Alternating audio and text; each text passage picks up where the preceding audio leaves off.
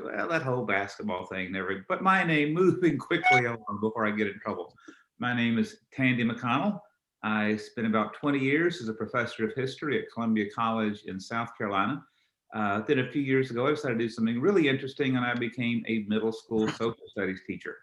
Right now I'm teaching high school history, but I'm delighted and honored to be here with you guys today. And We the People is one of the high points of my year. I'll ask my colleague, Ms. McCannon, to introduce herself. Morning, I'm Rita McCannon. I'm a lawyer in Huntsville, Alabama, and I'm so glad to get to see you guys and hear from you today.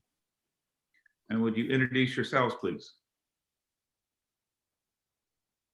We're Unit 2 from Fall Creek Junior High. I'm Isabella Comer. Casey Floyd. Jacob Fry. I'm Kay Giant, and our sponsors are Janie Medeiros and Patrick Bradshaw. And it's really great to be with you. My daughter is in college in Chicago, so I have to drive through Indianapolis every now and then, getting on Interstate 75 forever and ever and ever, going through your lovely state. Especially the last time I went was in the middle of the pandemic, and we couldn't even stop, stuff like that.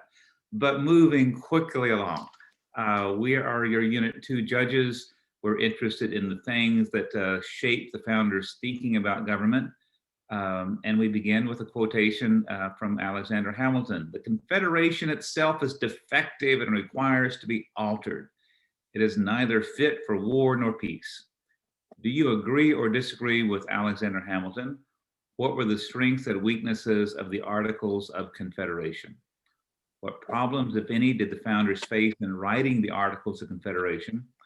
What impact, if any, did Shays' Rebellion have on the founders' thinking about the government? And what is the significance of the Northwest Ordinance of 1787? If you're ready, please begin.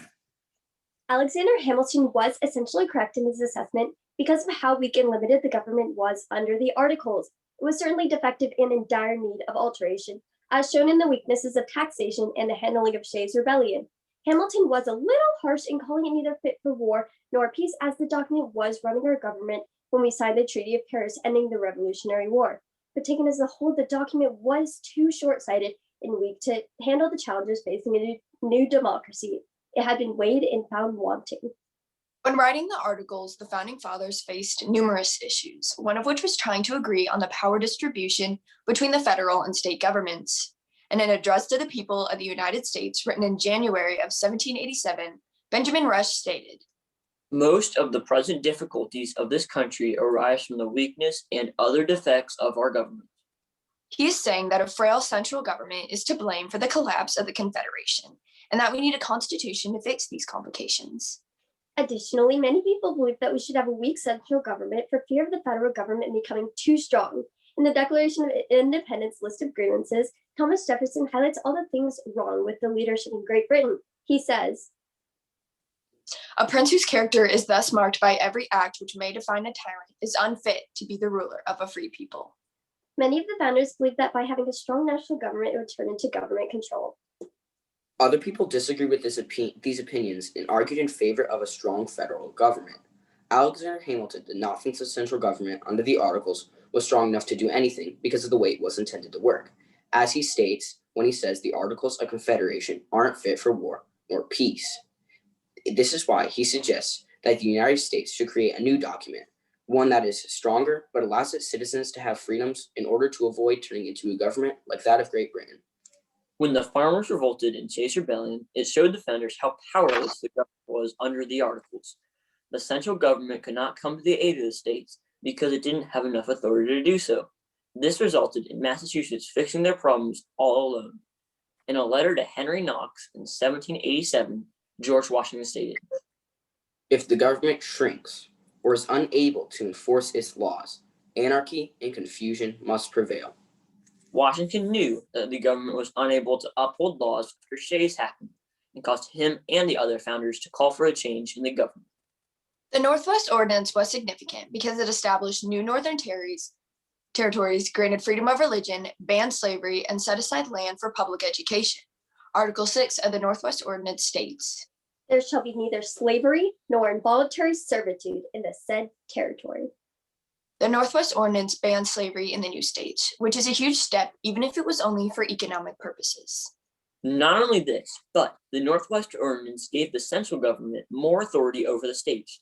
The largest of the existing states wanted to expand westward, but the smaller, landlocked states who couldn't expand appealed to the government.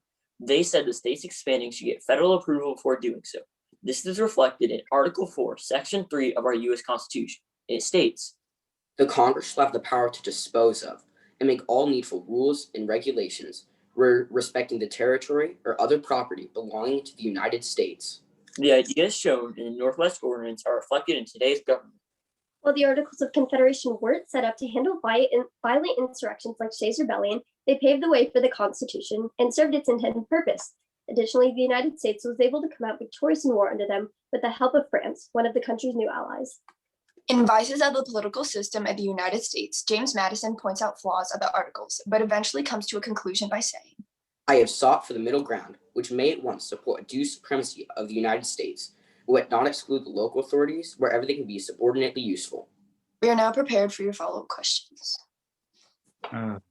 Wonderful presentation. You opened up a lot of doors and a lot of things for us to think about.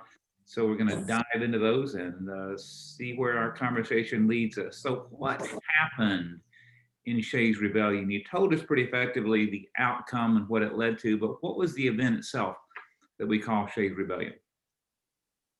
The event itself that we call Shays' Rebellion was the farmers were upset because they went to war and they were helping our country fight for our independence. When they came back, they were still expected to pay off their debts from their farm, and they went up to Massachusetts and started rioting because they were upset that they were still required to pay off these taxes. The federal government was unable to deal with this problem because it did not have enough power to help Massachusetts fix the problems. Because of Shays' Rebellion, the Constitution was made, and it was made because the government didn't have a big enough central government or central power, and this was shown in the Whiskey Rebellion, which it actually worked, where they had stronger national power and were able to stop the rebellion. Outstanding. I Thank happen you. to know why the Whiskey Rebellion occurred. The Whiskey Rebellion occurred because the federal government was imposing taxes on whiskey, and then in the western states, the people were upset that they were taxed on their whiskey because they really liked their whiskey. So George Washington himself had to go out and stop these riots using the military that was enforced through the Constitution. Adding on to what my colleague Macy said, during the time, water was not 100% sterile all the time, so they drank whiskey and other alcohols because they were more purified and had less germs in them. So if they had taxed the whiskey, they would have been able to get sick more, and that would have led to more problems. Okay. Ms. McKinnon, do you want to go on, or can you want me to follow up? Please jump in. I'm looking at my notes. All righty then. Which do you think is the greater danger to a free people? A government that is so strong that it could become tyrannical, or a government that is so weak that it is unable to protect its citizens from crime, from invasion, from all the misfortunes that can befall people? Do you believe the greater danger is too little government or too much government? I believe the greater danger is too much government, because too much government can restrict the people's rights and could even possibly infringe on our natural rights, such as life, liberty, and pursuit of property. To build off of my, You can. I'm go. sorry. Okay, to build off disagree. my. Okay, rock, paper, scissors to see who goes next. Okay, Macy, go ahead. Okay, thank you. To build off of my colleague Cade, there were many acts that were placed on the colonists, like the Tea Act and the Townshend Act, and all these acts that were taxing various things that the colonists were upset about. However, to build off of this idea that I was talking about, Thomas Paine didn't like these strong governments, so I think that he was kind of influencing the colonists to kind of go more towards a weaker central government. I disagree with my colleague. I respectfully disagree with my colleagues Macy and Cade, because I believe that if there is too small of a federal government, the state governments could try to become their own union, or they can just run rampant because of the lack of power. Adding on to what my colleague Jacob said, I personally agree with him because during the time the states had lots of issues. For example, North Carolina and South Carolina got in a disagreement over differences of currencies, and this caused for lots of issues within the union. Yeah, great, thank you. Can you think of another confederation that had a weak central operation? The operative word being confederation, that you might have seen in history that had a weaker central, I hate to say government, but that's the way to put it. I know Switzerland was having a lot of problems with their Articles of Confederation, and then they ended up having to switch to the Constitution for similar problems. Good example. I think what we were looking for there is, okay, think anything that happened maybe about 1860, come to mind, 1861. In the United States. Oh, Never mind. the Civil War. So the Confederacy there, but go ahead.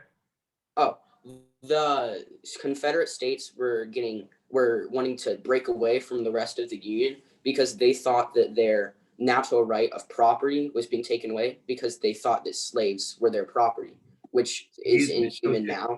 So do you think that it was any accident that they decided to become a confederation with a weak central government instead of a federation? I don't think that out there. Go ahead. I don't think it was an accident because after past experiences with colonial governments, all the acts and taxes that were being placed on them, and also the influence of Thomas Paine, I don't think that it was any accident. Great job. Thank you. So good. I guess the only other thing we haven't asked you is, can you think of any, and this is sort of reaching, okay, but y'all are really smart. Can you think of any present day confederations that are made to do other work to help maybe countries interact with each other? Present day confederations. Can you think of any? You may not know them, and I'll throw out the names of a couple and say, do you see that they're similar or dissimilar to our Articles of Confederation? The United Nations, the European Union, the African Union. How are they similar or dissimilar to our country in the Articles of Confederation? And one of the similarities between the European Union and the Articles of Confederation was that they both encouraged trade between countries. The Articles of Confederation did establish great trade between the United States and the other countries, such as like France and things like that, because this like really helped establish the base of the United States as it is today.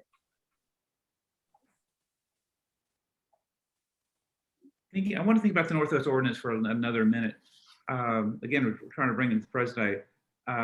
Does the Northwest Ordinance, it created a pathway for these frontier areas to become states. If we were to, and actually I guess the Northwest Ordinance still is in effect, should we consider states like, should we consider Washington, D.C. to be a new state? Should we consider Puerto Rico to become a new state? Darn, I was wanting to get there. So great job, everybody. And we really do try to, you do a great job of introducing the big picture. And then we try to trip you up with the details. And darn if you didn't hit the details really well too. So what fun is that? We can't lecture you on that. Picking out Switzerland as an example of a weak confederation that eventually that succeeds because it actually became a stronger federation. That's a great example. There are a lot of other examples like that.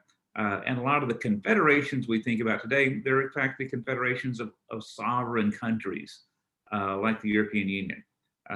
So, you know, when you think about it, to join the United States, you're asked to give up your sovereignty. You can't have the sovereign state of Indiana deciding we're going to print our own money and declare war on Canada.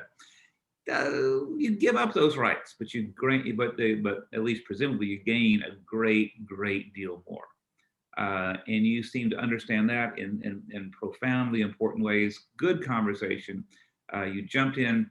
You might find it easier in your next competition to have some way to signal each other saying, I'm going first, I'm going next. Easy to do when you're in the same room. Hard to do when you're in 3 or 4 different houses. But that doesn't matter at all for this, because you answered the questions wonderfully. I'm not encouraging this because it was a little different, but one high school group we judged last weekend, you would see a finger or you would see 2 fingers, and it took me forever to realize that one of them would put up 1 finger. Well, then this one would say, okay, I'm second, I'm going to be second. And then the next one, and I thought, wait a minute, I'm not getting the signal. I don't know. But I finally realized that was their cue to each other. Who's going to go first and who's going to go second? Well, I'm going to say something and I'm going to be, but it was when they had 4 of them that all wanted to answer at the same time. I'm not advocating it, but I'm saying it could happen. Y'all answered everything we asked you, and you may be the first group that actually knew detailed definition about Shays Rebellion and exactly what was upsetting those people. They had not gotten a dime for fighting, and they couldn't pay their bills when they got home. And as much as George Washington did not want things to be so organized, he had to jump in and help, because what had he done? He had led those people, and he knew, and y'all understood it all. And it was so great to get to hear it. And I appreciate so much how you all participated. You all worked with each other. Heck, I'd rather see you step on each other because you know enough you all want to answer. So I thought it was great. And thank you for your teachers and the hard work that they've done, and that you are willing to take your time and fill your minds with all of this and come be with us today and spend that time. We just really had a good time with you. Thank you. I'm going to send the judges to their breakout room. Thank you so much. Thank you. Thank you. Have a nice day. You too. Thank you.